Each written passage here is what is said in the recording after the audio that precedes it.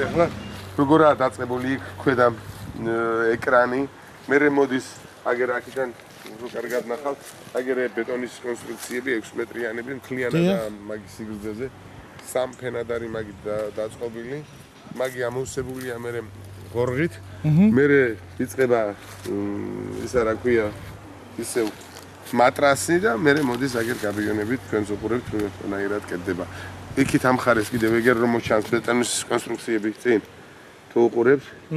მე დაფარულია ჩანს, მაგრამ მაინც მოჩანს ნაწილი. ეს იყო ავარიული გზა, ანუ კი, ავარიული იყო, მიდიოდა ეს ისმოდა.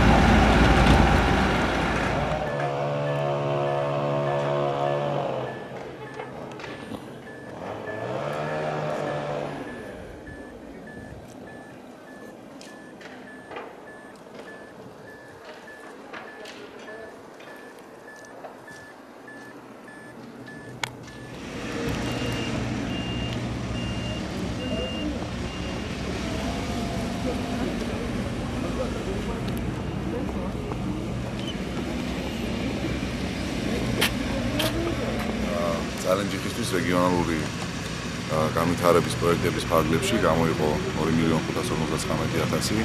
ამ თანხის ფარგლებში ეთება ჯვარი-ჯვარზენის ასასვლელი 1 კილომეტრიანი გზის სრული რეაბილიტაცია, პლუს დედავ ცენტრალურ მოედანზე მიმდინარეობს სამუშაოები.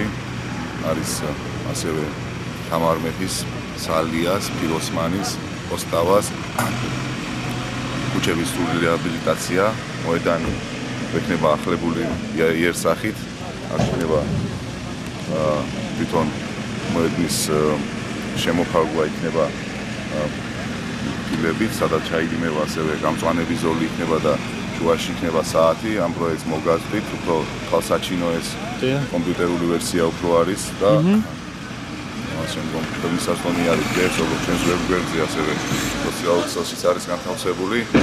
Ну, საბოლოოდ სამუშაოები ალბათ ნოემბრის ბოლომდე, დეკემბრის შუა რიცხვებამდე სულად დასრულდება და განახლებული იერსახე გექნება ქალაქის.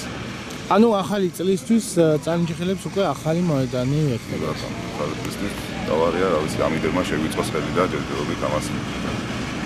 არაფერი არ ვქით.